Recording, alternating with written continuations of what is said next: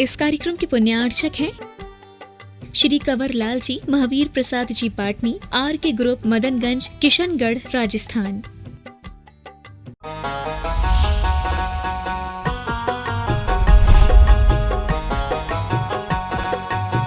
आज के इस महामारी के दौर में जहाँ चारों ओर अनिश्चितता का माहौल है, वहाँ हमारे मन में अनेकों प्रश्न उठते हैं जो हम ना तो किसी से पूछ पाते हैं और ना ही उनका कोई उत्तर मिल पाता है।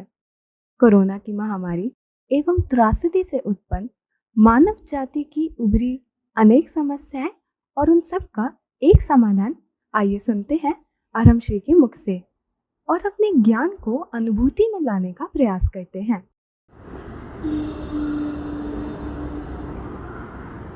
नमोस्तु महाराष्ट्री। आज के समय में जहाँ हमें नहीं पता कि अगला कौन इस बीमारी से परेशान होगा, कब हमारे बिजनेस पटरी पर आएंगे, बच्चों का भविष्य खराब हो रहा है, वह कब स्कूल जाएंगे। मेरा सवाल है महाराष्ट्री कि यह अनसर्टेनिटी हमें बहुत व्यथित करती है कि कब क्या हो जाए पता नहीं, बहुत दुख देती है। कृपया बताइए कि हम क्या करें। आज के समय में जो यह अनसर्टेनिटी की बात उठी है, ये बात कोई नई नहीं है। पहले भी इसी तरह से लोगों के सामने ये अनसर्टेनिटी रहा करती थी और जब भी लोग बाहर से अपने आप को जोड़ते हैं तो अपने अंदर एक अनसर्टेनिटी अपने आप आई जाती है, क्योंकि हमने जिस चीज़ से अपने आप को जोड़ा है वो चीज़ हमारे हाथ में नहीं है। जो चीज़ हमारे हाथ में हो सकती है हमें उससे अपने आप को जोड़ना चाहिए। हमारा एक्सपीरियंस हमारे अंदर की चीज़ है। जिसे हम कहते हैं कि हम दुख का एक्सपीरियंस चाहते हैं, सुख का एक्सपीरियंस चाहते हैं, पहले अपने अंदर डिसाइड कर लो।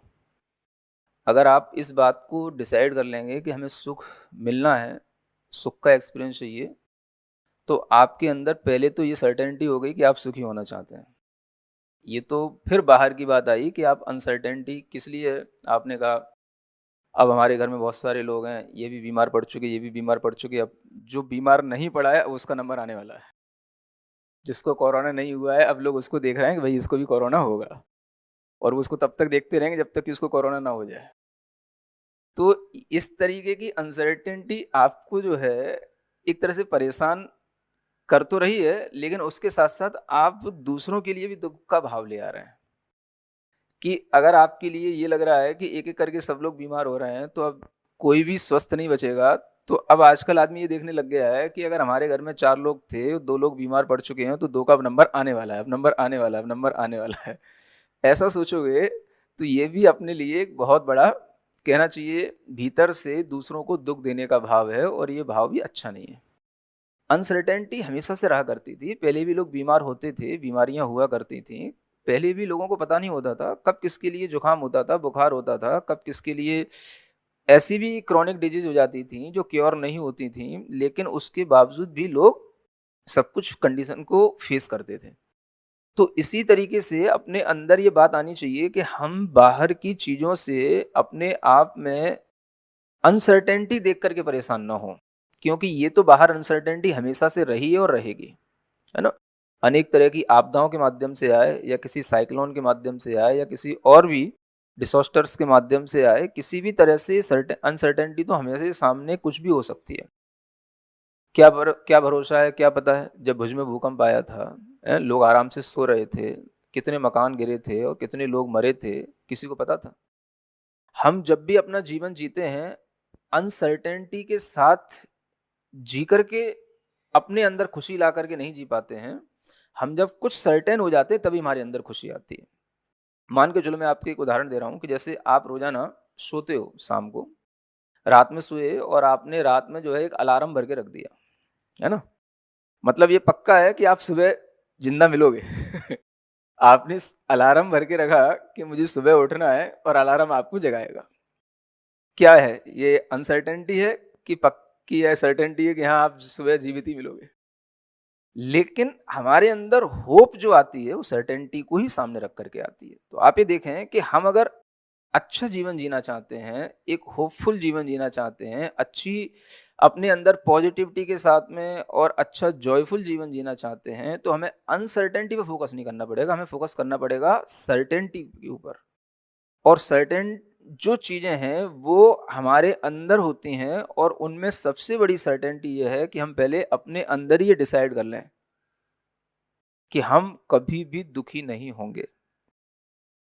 कोई भी तरह की परिस्थिति आती है, अगला हम उस परिस्थिति की चिंता में अपने आप को पहले से ही सोच जाएं और अपने आप को उस अनिश्चितता के दौर में ले जाएं, तो ये हमारी अपनी एक मन की कमी है, कमजोरी है, ये हमारी बुद्धि की गलती है, हमें इसे सुधारना चाहिए।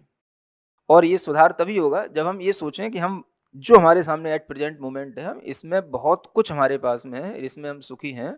तो इस प्रेजेंट मोमेंट में जब हमारे सामने कोई बीमार नहीं है, हम बीमार नहीं है, तो हम क्यों बेवजह अपने दिमाग पे एक लोड ले रहे हैं कि अब किसका नंबर आने वाला है, अब कौन बीमार होने वाला है। तो ये हमारे लिए एक अच्छी सोच नहीं है। हमें अपने आप को इस बाहर की इस अनसर्टेनिटी का जो एक क्राइटेरिया बन रहा है, इससे अपने को कट ऑफ करना पड़ेगा। और जब हम इस तरह से अपने आप को कट ऑफ करेंगे, तभी जो है हम अपने अंदर एक पीसफुल और जॉयफुल जो है अपने अंदर एक भीतर का सुख देख पाएंगे और आनंद ले पाएंगे उसका। अब ये सब चीज़ें हमारे साथ चलती रहती हैं। अब बिजनेस बिगड़ रहा है, अब भाई बिजनेस तो पहले से भी बिगड़ा हुआ था। आपने सोचा चलो कोई नई सरकार आएगी तो बिजनेस सुधर जाएगा, तब भी नहीं सुधरा। कहीं जीएसटी लगी, कहीं नोटबंदी हुई, लोग उसमें भी परेशान हुए, उसके बाद में ये सब लॉकडाउन लगने लग गए तो इसमें और लोग परेशान होने लग गए। तो ये सब चीज़ें आप देख रहे हो कि जब बिजनेस बिगड़ रहा है, पटरी पे नहीं आ रहा है, और उस बिजनेस के माध्यम से हमारे लिए किसी भी तरीके की दिक्कतें अगर बढ़ रही हैं, तो हम इसमें ये सोच सकते हैं कि इस बिजनेस को हम अपने हिसाब से चला पा रहे हैं या नहीं चला पा रहे हैं। अगर हम इस बिजनेस को अपने हिसाब से चला पा रहे हैं, तो हम थोड़े से कम में भी अपने आप को सुखी बनाने की कोशिश करें, है ना? क्योंकि ये देखें कि ये अनिश्चितता का दौर सबके ऊपर छाया हुआ है। आप देख रहे हैं लोग, कितने सारे लोग जो एक दूसरे को पहले विश्वास में पैसा दे दिए, अब दूसरे लोगों ने उनको पैसा नहीं दिया, वो खुद अपने आप कर्ज में आ गए। और ये सारा का सारा जो बिजनेस का चैनल है, ये इसी तरीके से डिस्टर्ब हुआ है। न जाने कितने लोगों का पैसा कितने लोगों के पास था, कितने लोगों के पास से वो नहीं आया, वापस डूबा। और कितने लोग जो है अपने आप को उस परेशानी में रखते हुए भी अपना जो बिजनेस है उसको उसी तरीके से चला रहे हैं।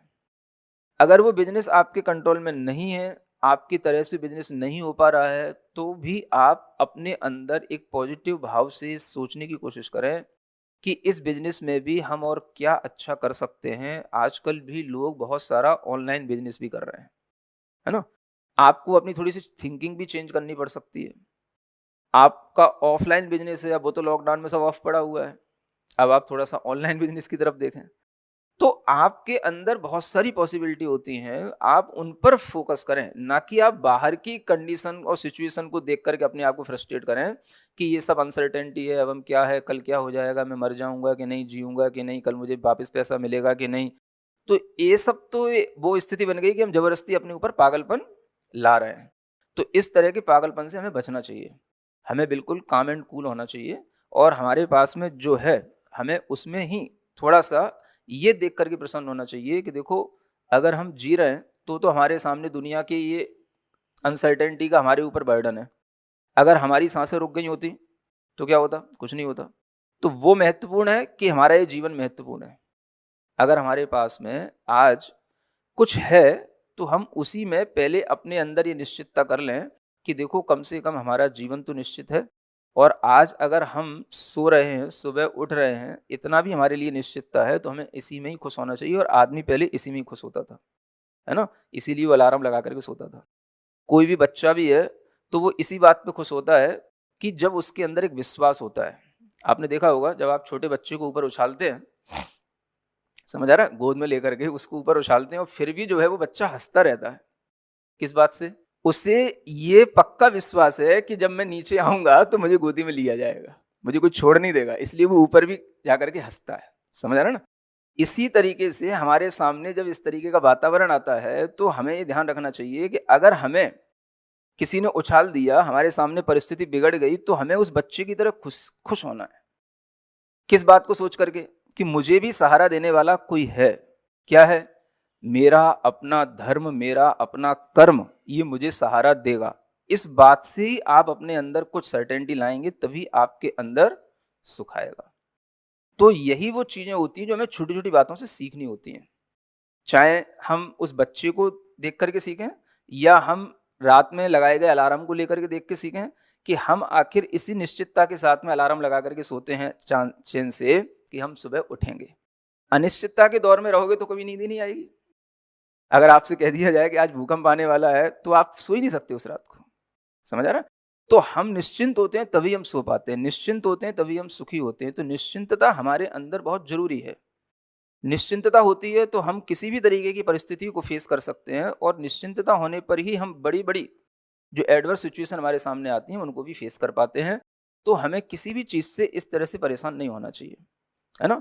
मैं आपको एक छोटी सी बात बताता हूँ। कभी मैंने एक किसी संत के बारे में सुना था कि उसके पास में एक महिला आई, और उस महिला के 2-3 बच्चे थे, और समझ लो कि इसी तरीके की कोई भी एक आपदा उस समय पर भी आई थी, और उसके दोनों तीनों बच्चे मर गए, महिला बच गई। अब वो महिला रो रही है, एक संत के पास आई, कहने लगी, मुझे जीवन का कोई आनंद नहीं मिला, और मैंने जिनसे अपना आनंद जोड़ा था वो सब चला गया। अब बताओ मैं जीवन में कैसे आनंद लूं, मैं क्या करूं? तो संत ने बड़ा अच्छा जवाब दिया कि देखो, आनंद तो आपके पास में अभी भी आ सकता है। आपके लिए सबसे बड़ा दुख यूं हो गया कि आपने ये मान लिया कि हमने जिन बच्चों को पाला, जो बच्चों से हमें आनंद मिलेगा, ये आपने बाहरी चीजों में आपने अपने आप को सर्टेन कर लिया, डिटरमाइन कर लिया कि भाई इनसे ही मुझे सुख मिलेगा, है ना? जबकि बाहर की जितनी भी चीजें वो सब अनसर्टेन है। केवल यही नहीं है कि जो आपने क्वेश्चन क्रिएट किया कि भाई बीमारियां हैं, कि ये बिजनेस है, कि ये बच्चों का स्कूल है। अरे भाई, बच्चों का स्कूल तो तब होगा जब बच्चे होंगे। अब आगे बच्चों के लिए कोई बीमारी आ जाए, अभी कोई बच्चों के लिए कुछ होने वाला कोई आपदा आ जाए, तो आप क्या करोगे? बच्चों की पहले पढ़ाई देखोगे, बच्चों की पहले बच्चों का स्वास्थ्य देखोगे। तो अनसर्टेनिटी वहां पर है जहां पर हम अपने से बाहर की चीजों से जुड़े हुए हैं, वो सब चीजें अनसर्टेन है। आपके घर में बच्चे हैं तो बच्चे भी, कब किसकी तबीयत बिगड़ जाए, कब किसका एक्सीडेंट हो जाए, कब कौन कहाँ से गिर पड़े, कब किसके लिए किस तरीके की ठोकर लग जाए, कोई चीज की सर्टेनिटी नहीं है। तो आप उनके बीच में रहते हुए भी निश्चिंतता से तब जी पाते हो जब आपके अंदर कोई सर्टेनिटी होती है। तो वो महिला आकर के कहने लगी कि मुझे कोई जीवन का आनंद नहीं मिला। तो संत ने ये कहा कि देखो, तुमने जो ये सब चीजें अनसर्टेन थी, उनको तुमने सर्टेन मान लिया। अगर तुम्हें इन चीजों से खुशी मिलती तो ये खुशी तुम्हारे लिए चली गई, और अगर तुम इन्हीं से खुश रहना चाहते हो तो इनसे भी खुश रह सकते हो। अगर तुम्हें खुश रहना है तो मैं तुम्हें उस आनंद को प्राप्त करने का एक कोई और दूसरा तरीका भी बता सकता हूं, लेकिन पहले तुम ये बताओ कि उस तरीके को मानोगे कि नहीं। तो उस महिला ने कहा, आप जो कहोगे वो मानेंगे। बोले, उसके लिए बहुत बड़ी कीमत अदा करनी पड़ेगी। बोले, मेरे पास बहुत पैसा है, अब मैं इस पैसे को क्या करूंगी? आप जो कहोगे वो दे दूंगी, सब कुछ करूंगी, आप जो कहोगे वो कर लूंगी। संत ने कहा कि इसके लिए पैसे की जरूरत नहीं है। अगर आपको इस बात से खुश होना है कि मेरे सामने बच्चा होना चाहिए, ये मेरे पास में एक अनाथ बच्चा खड़ा हुआ है, आप इसका पालन करो। अगर आपको बच्चे से ही खुश होना है तो इस बच्चे के कोई माता पिता नहीं है, आप इसको अपना बच्चा मानो और इसी को पालन पोषण करके, इसको ही अपना बच्चा मान करके इससे खुश होने की कोशिश करो। महिला तैयार नहीं हुई। समझ में आ रहा है? अब आप समझो कि हमारा दुख किस बात पर है। हम अगर अनसर्टेनिटी में भी खुश नहीं हो रहे हैं तो उसका भी एक कारण यह है कि हम उसमें भी अपना मोह जोड़ रहे हैं, है ना? अगर बच्चों से ही खुश था, बच्चों से ही सुख मिलने वाला था, बच्चा तो और भी है, लेकिन हम नहीं चाहते, नहीं मेरा ही बच्चा होना चाहिए था, मेरा चला गया, वो किसी दूसरे का है। ये जब तक अपने अंदर अज्ञानता की चीजें रहेंगी तब तक हम कभी भी दुनिया में सुख प्राप्त कर ही नहीं सकते। तो आपको अपने अंदर जरूर ये चीजें देखनी पड़ेंगी कि जब भी कभी हमारे अंदर इस तरीके का भाव आता है कि सब कुछ अनिश्चित है, कभी भी कुछ भी हो सकता है, तो इस भाव से तो आप हमेशा अपने आप को परेशान ही रखोगे, क्योंकि ये तो दिमाग का एक बहुत बड़ा कीड़ा आपने अंदर पैदा कर लिया। ये ना तो आपको सोने देगा, ना आपको अच्छे से खाने देगा, ना आपको अपने परिवार के साथ एंजॉय करने देगा, ना आपको कहीं किसी भी तरीके से कोई भी बिजनेस ना ऑनलाइन करने देगा, ना ऑफलाइन करने देगा, कुछ नहीं करने देगा। क्योंकि जहां ये दिमाग में कीड़ा बैठ गया वहां उस आदमी के लिए सारा चैन उड़ जाता है। आप चैन से तभी खा सकते हो जब आपको खाते समय पर कोई चिंता ना हो। आप चैन से तभी सो सकते हो जब आपको सोते समय कोई चिंता ना हो। अगर आपके दिमाग में कोई चिंता का कीड़ा घुस गया तो सारी रात करवट बदलते रहोगे, नींद नहीं आएगी। समझ आ रहा है? तो हमें किसी भी तरीके की अनिश्चितता से दूर हट कर के ही निश्चिंतता के भाव में आने पर ही हमारा जीवन सुखी बनता है। हमें जो निश्चिंतता की चीजें हैं उन्हें सामने लाना है, जो निश्चित हैं। अब वो चीजें कुछ भी हो सकती हैं हमारे लिए। अगर वो चीजें छोटी छोटी भी हैं तो भी हमें उन्हीं को सामने रख करके सुखी होना पड़ता है। हमें विश्वास है, आज भी हूं तो कल भी रहूंगा, है ना। आज भी देखो आदमी को, आप मजाक के रूप में मत लेना, मैं एक बात बोलने जा रहा हूं कि मैं सोचता हूं कि आदमी आज इस कोरोना के काल में इतनी मृत्युएं देख रहा है, इतनी मृत्युएं देख रहा है, किसी की कोई भी जो है निश्चितता नहीं है, लेकिन फिर भी आदमी आज भी मैरिज कर रहा है, आज भी बच्चे पैदा कर रहा है। समझ आ रहा है? आज भी आदमी सब ये काम कर रहा है। क्यों कर रहा है? अब सोचो, एक सोचने का ढंग सोचो। समझ में आ रहा है ना कि अगर इतनी ही अनिश्चितता है तो जिसके साथ हमने शादी की है, अभी कल ही उसको कोरोना हो जाए, कल ही कुछ हो जाए, अगले 15 दिन भी उसके साथ जी पाए कि नहीं जी पाए, उसमें नहीं सोचता आदमी। वो सब करना है जो उसको करना है। समझ आ रहा है? बाकी की चीजों को बर्डन लिए रहता है। तो ये सब हमारा मोह के कारण से हमारे ऊपर जो ये जबरदस्ती का एक बर्डन आ जाता है, उससे हम अपने अंदर दुखी होते हैं, है ना। तो संसार में कभी भी ये सब अनसर्टेनिटी हमें व्यथित नहीं करती है। व्यथित करती है हमारे अंदर का जो भीतर एक दुख का भाव है, वो दुख का भाव हमारे अपनी मानसिकता से जुड़ा हुआ है ना। तो हम ये सोचें कि हम अनिश्चितता से दुखी नहीं है, हम दुखी हैं इसलिए क्योंकि हम दुखी हो रहे हैं, या हम दुखी होने के लिए ही अपने आप को तैयार कर रहे हैं। अगर आप अपने अंदर ये सोच लेंगे कि अनसर्टेनिटी और जो भीतर का दुख है, इन दोनों चीजों में डिफरेंस है, तो आपके अंदर कभी भी दुख प्रवेश नहीं करेगा, है ना। तो हमेशा इसी तरह की भावनाओं को ध्यान में रखें कि अनिश्चितताएं दुख पैदा नहीं करती हैं, दुख हमारे अंदर स्वयं हमारी मानसिकताएं पैदा करती हैं। और इस प्रकार की मानसिकताएं किसी भी तरीके की हो सकती हैं। आप किसी भी बच्चे के भविष्य को लेकर के भी अगर अनिश्चित हैं, तो आप ये भी ध्यान रखें कि बच्चे जो अच्छे होते हैं, घर में किसी भी तरीके से रह रहे होते हैं, आप ये समझें कि आज भी एक बहुत अच्छा माहौल है।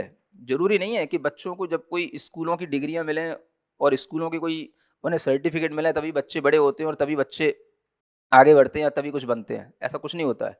बहुत से बच्चे जिनको कोई भी स्कूलों की डिग्रियां नहीं होती हैं, वो भी अच्छे बड़े बड़े साइंटिस्ट बने हुए हैं। समझ आ रहा है? ये न्यूटन, एडिसन, ये कोई बहुत पढ़े लिखे लोग नहीं थे। एकदम से एक कहना चाहिए बिल्कुल स्कूलों में तो पढ़ने लायक ही नहीं थे, ये ऐसे लोग थे, लेकिन फिर भी ये साइंटिस्ट बने।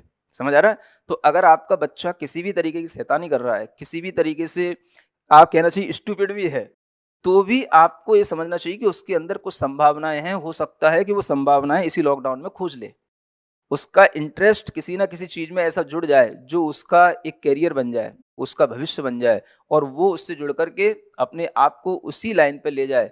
तो ये सब संभावनाएं भी इसी लॉकडाउन में संभव है। समझ आ रहा है? तो हमें उस पॉजिटिव फैक्टर की ओर पर ही ध्यान देना चाहिए। सब कुछ अनसर्टेन होते हुए भी सर्टेन सब कुछ इसलिए है क्योंकि सब कुछ हमारे कर्मों के कारण से चल रहा है ना। आपके कर्मों के फल अगर अच्छे आपको मिलेंगे तो हर तरीके की अव्यवस्था में भी आपके सामने व्यवस्था बन जाएगी। हर तरीके के दुख में भी आपके सामने सुख का, अनुकूलता का माहौल होगा। ये आप विश्वास करके चलें। इसलिए अपने अंदर, धर्म का मतलब यही है कि अपने अंदर अच्छाइयाँ पैदा करें, अच्छी चीज़ों से जुड़ें, अपने मन को अच्छा बनाएं, अपने वचन और काय को अच्छा बनाएं, और अपने अंदर जितना शांत भाव रखेंगे उतना ही आपके अंदर पुण्य का भाव आएगा, पवित्रता का भाव आएगा, और यही भाव आपके लिए जो अभी का कर्म है, यही कर्म आपको आगे भी सुख और शांति देगा। तो आप इसी बात पर अपने को स्थिर रखें कि हमारा कर्म ही हमको सुख और दुख देता है। अगर हम आज भी अच्छा कर्म कर रहे हैं तो हमारे लिए कल भी अच्छा होने वाला है। इसी विश्वास के साथ में आपको चैन की नींद आएगी और आपका जीवन जो है पूरा चैन के साथ गुजरेगा। नहीं तो आप बिना वजह की अपने ऊपर किसी भी तरीके के टेंशन लिए रहेंगे तो उससे कुछ भी हासिल होने वाला नहीं है।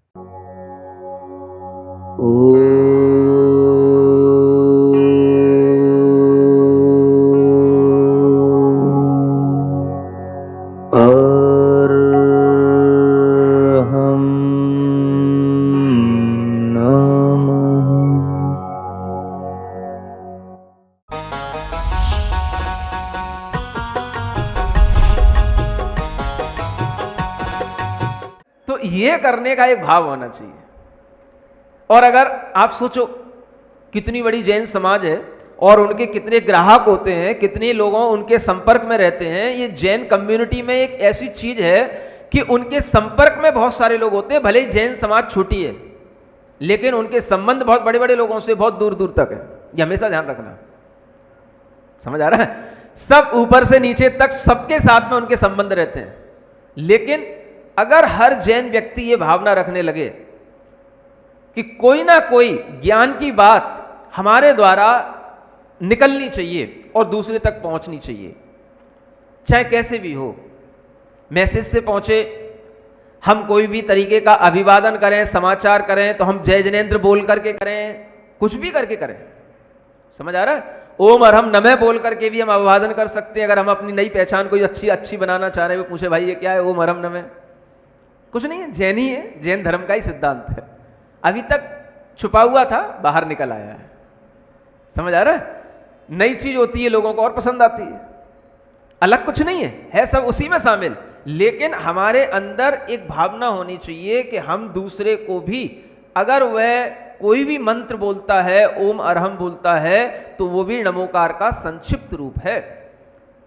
उसके मुंह से भी अगर निकल गया, उसके दिमाग में आ गया, तो वो कभी ना कभी बोलेगा। एक बार बोलने से भी पाप कर्म की निर्जरा होती है, उसका भला होगा, समझ आ रहा है? ऐसी भावना रख करके आपको हर समय पर ऐसा कुछ ना कुछ सोचना चाहिए कि अपने मोबाइलों में जो वीडियो पड़े हुए हैं, जो उसमें हम फोटो खींचते हैं, उनमें जो हमारे अंदर कोई भी चीजें हम अपने स्टेटस पे लगाते हैं, उनमें इन कोई ना कोई भी जैन धर्म के सिद्धांतों का उसमें प्रचार होना चाहिए। कुछ तो करोगे इतना कहने के बाद। क्या समझ आ रहा है? मन में जब इस तरीके की भावना आएगी, तभी जो है ये जिन शासन महात्म्य, जिन शासन की महिमा आपके अंदर आएगी और आप उस महिमा को दूसरों तक भी पहुंचा पाएंगे। तो जरूरी यही चीज है, महिमा तो तभी तक बढ़ेगी जब वो दूसरों तक पहुंचेगी, आप तक रहेगी तो नहीं बढ़ेगी, समझ आ रहा है? कोई भी चीज है जब आपको अच्छी लग रही है, वो सिद्धांत आपको अच्छे लग रहे हैं, तो आप दूसरों तक पहुंचाएं। अब पहले तो यहां तक धर्म की प्रभावना होती थी, ऐसा भी होता था कि जो दूसरे लोग होते थे जिनके अंदर इस तरह के एकांत आग्रह होते थे या अन्य कोई भी कदाग्रह होते थे, तो उनको अनेकांत धर्म के माध्यम से उनके उन कदाग्रहों को दूर किया जाता था, समझ आ रहा है? पहले वाद होते थे, विवाद होते थे, वादी और परवादी हुआ करते थे, तो उसके माध्यम से भी बहुत बड़ी बड़ी प्रभावनाएं हुई हैं।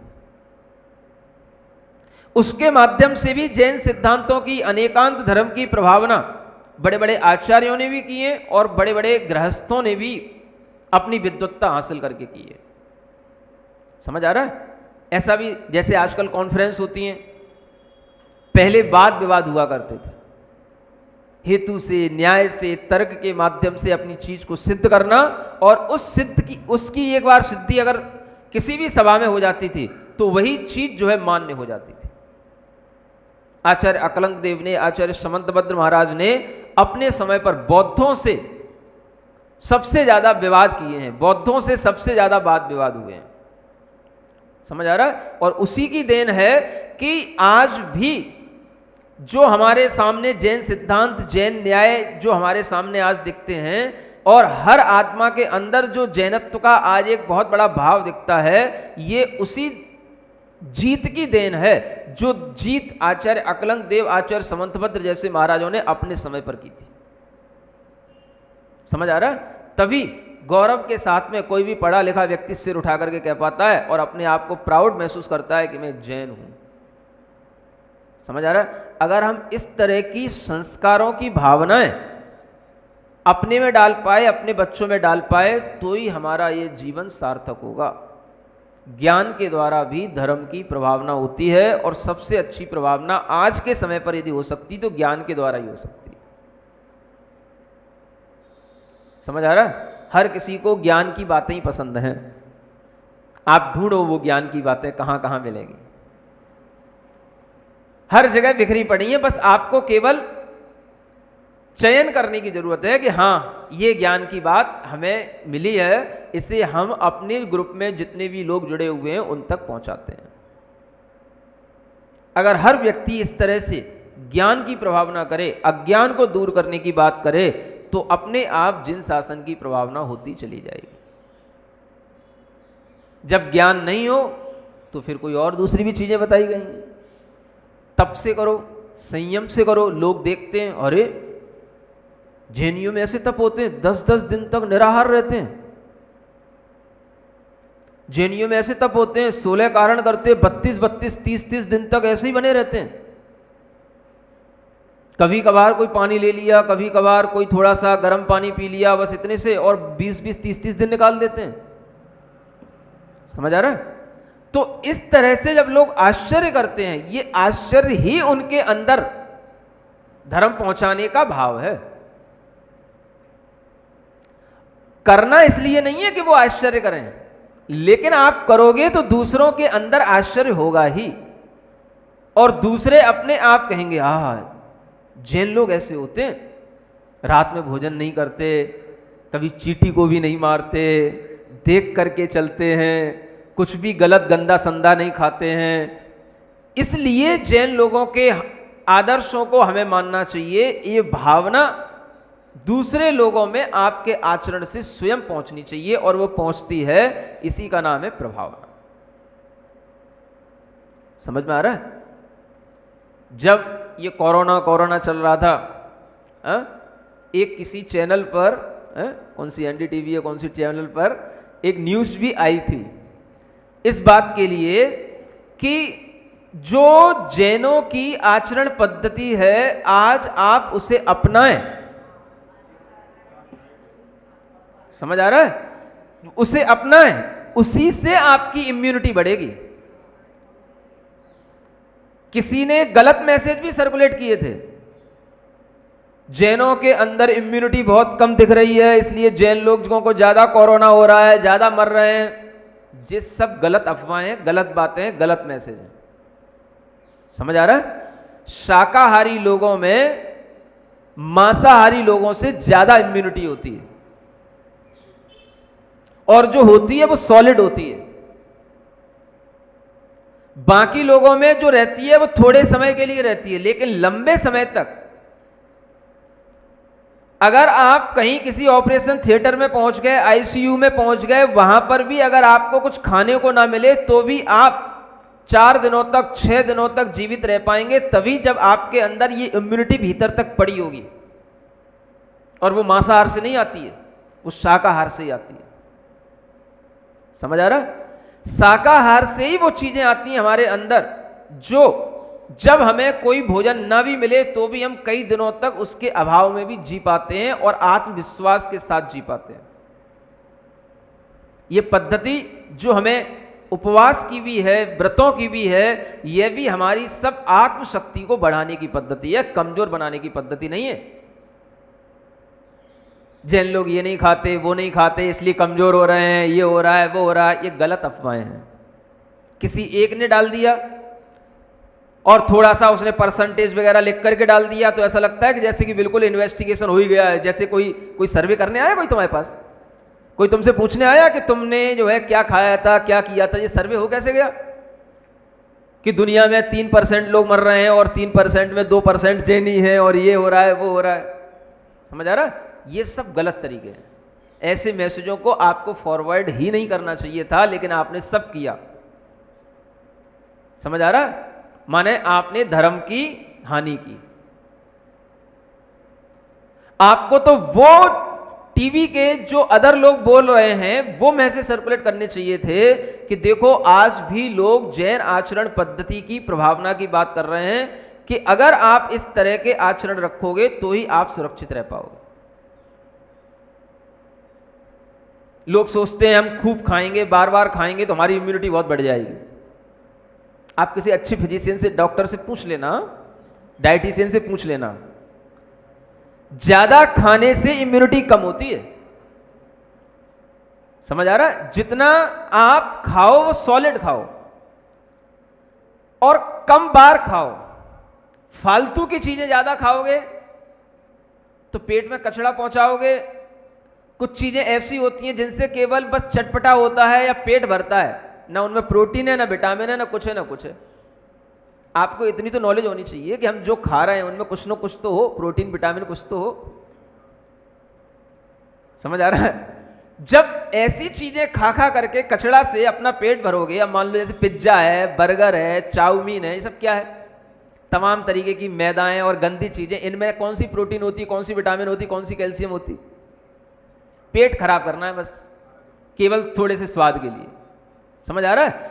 अब उसी जगह पर आप कोई अच्छे फल फ्रूट्स खाओ, ड्राई फ्रूट्स खाओ, तो आपको कुछ मिलेगा? अब भूख तो उतनी है, कुछ भी खा लो।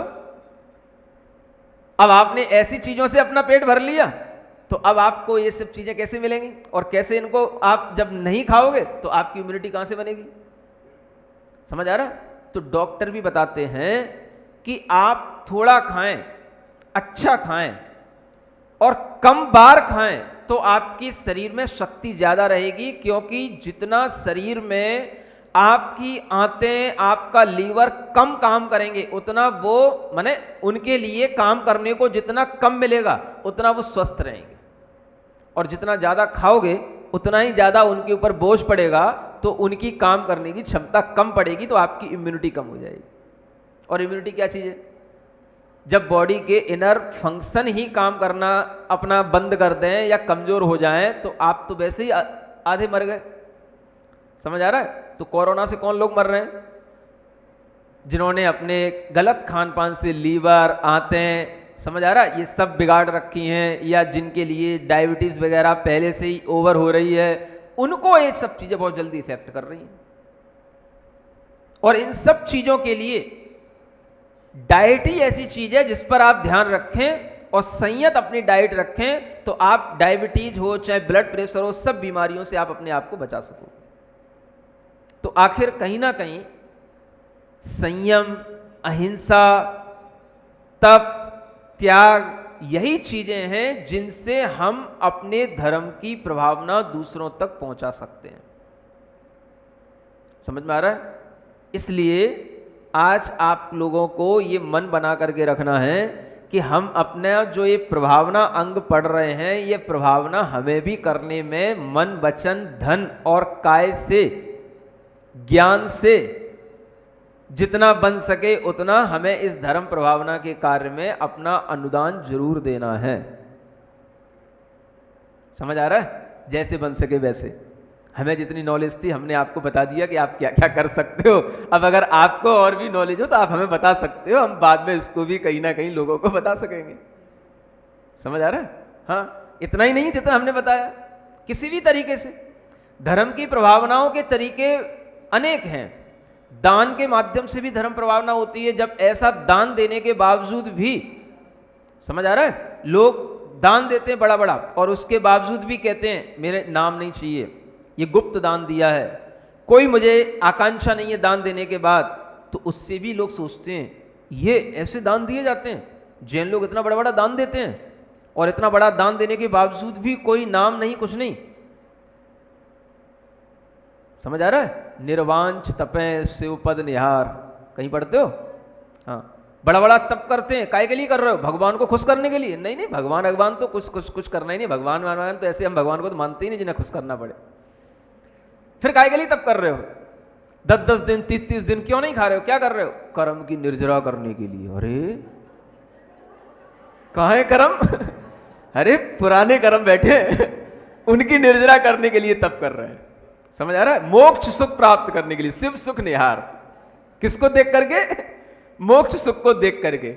मोक्ष मिलेगा इस तप को करने से। अच्छा, ऐसे जैन लोग तप करते हैं? भगवान को, भगवान के लिए नहीं, भगवान को क्या खुश कर रहे हैं? भगवान तो खुश है ही। भगवान को हमारे तप करने से खुश होंगे? समझ आ रहा है? ऐसा जब दूसरों के पास तक कोई चीज पहुंचती है तो वो भी प्रभावना में कारण बन जाती है, जब दूसरे लोग इस तरीके का आश्चर्य करते हैं। जैन लोग व्रत करते हैं, कुछ नहीं खाते। अरे कुछ तो खाते होंगे, एक बार खाते होंगे, एक बार पीते होंगे। नहीं नहीं, कुछ भी नहीं खा करके व्रत किया जाता, बिल्कुल निराहार। हाँ बिल्कुल निराहार, पानी भी नहीं, हाँ पानी भी नहीं। ये बहुत बड़ा अजूबा है दूसरे लोगों के लिए। अन्य समाजों में भी व्रत होते हैं, लेकिन वो कुछ ना कुछ खा लेते हैं, समझ आ रहा हो, खूब खा लेते हैं, हाँ, लेकिन फिर भी उनको भूख लगती रहती है। मैं इधर हरियाणा में, क्या बोलते हैं इधर, हाँसी में जो है पंच कल्याणक हुआ था, तो वहाँ पर जब गया था तो वहाँ पर एक ऐसा ही जो है मतलब एक मंदिर का पंडित मेरे पास में आ गया, तो कहने लगा महाराज मेरा आज व्रत है, समझ आ रहा है, तो पूछने लगा कि महाराज आप क्या भोजन लेते हैं, आप क्या खाते हैं, समझ आ रहा है। तो मैंने जब उसको बता दिया, श्रावक भी बैठे थे वही बताते रहे, तो कहने लगा बस आप एक ही बार खाते हैं, मैं तो व्रत में भी 3 बार खा लेता हूं, अभी एक बार खा के आया हूं, फिर भी मुझे भूख लग रही है और आप हमेशा एक बार खाते हैं। उससे इतना आश्चर्य लगा इस बात को कि वो मतलब कई बार इस बात को पूछता रह गया कि आप हमेशा एक बार खाते हैं, गर्मी में भी जब आप चलते हैं विहार करते हैं तब भी उसके बावजूद भी एक ही बार खाते हैं, चाहे जाड़े हो चाहे कितनी ठंड हो एक ही बार खाते हैं। अरे मैं तो व्रत में भी 3 बार खा लेता हूं और एक बार अभी खा के आया हूं, अभी फिर भूख लग रही है और फिर खाऊंगा जाकर, समझ आ रहा है। तो लोगों के लिए ये भी बड़े आश्चर्य की बात लगती है, एक बार भी सब खाया है, मखाना खाया या जाने काका उनके यहाँ बनता है चिरौंजी और वो सब जो पंजीरी सब खाया है, लेकिन आज रोटी नहीं खाई तो भी ऐसा लगता है कि कुछ खाया ही नहीं, समझ आ रहा है। तो जब इस तरह के भी व्रत लोग सुनते हैं कि ऐसे भी व्रत होते हैं तो लोगों के लिए आश्चर्य लगता है, ये भी प्रभावना में कारण है, समझो। इसलिए आप लोग जो आचरण कर रहे हो बहुत अच्छे आचरण हैं, उनको बिगाड़ो नहीं, समझ आ रहा है। वो आचरण करने के लिए कोई कोरोना ने आपको परेशान करने वाला नहीं है। आप घर में भी बैठ करके आज भी जो है 10 लक्षण धर्म आराम से कर सकते हो, कोई दिक्कत नहीं है। व्रत, उपवास, संयम और किसी भी तरीके का धर्म सब कुछ हम अपने भावों से ही करते हैं। भगवान के दर्शन एक बार कर लिए, थोड़ा सा पूजा कर लिया, उतना पर्याप्त है। आप अपना व्रत करो, कोई मना करने वाला नहीं है, समझ आ रहा है। डर करके रहोगे तो कुछ भी नहीं होएगा, है ना। और ये सोच करके कि भाई मुझे अपनी इम्यूनिटी बनाए रखना है और इस बार हमें व्रत नहीं करना है, कहीं कोरोना का अटैक ना हो जाए, इतना भी नहीं डरना है, समझ आ रहा है। जिनको मरना है उनको मरना है, जिनको जीना है उनको जीना है, और जैसे जो जी रहे हैं वो वैसे ही जिएंगे। और जिनको नहीं जीना है तो वो छोटी सी बात पे भी उनको मरना है, जिनको मरना है वो तो मरना है ही है, समझ आ रहा है। बिना व्रत के भी मरेंगे, खा पी करके भी मरेंगे, तो तुम व्रत करके क्यों ना मरो, समझ आ रहा है। हाँ, और जब इतना ही मरने में तुम्हें उत्साह है तो व्रत करने वालों की कभी ऐसी मृत्यु नहीं होती है। आप व्रत करके भी अपने अंदर की क्षमता को बढ़ाए रह सकते हैं, इसलिए दुनिया की बातों में आने की जरूरत नहीं है। अपनी क्षमता देखो, अपनी क्षमता के अनुसार व्रत नियम संयम का पालन करो। बोलो महावीर भगवान की।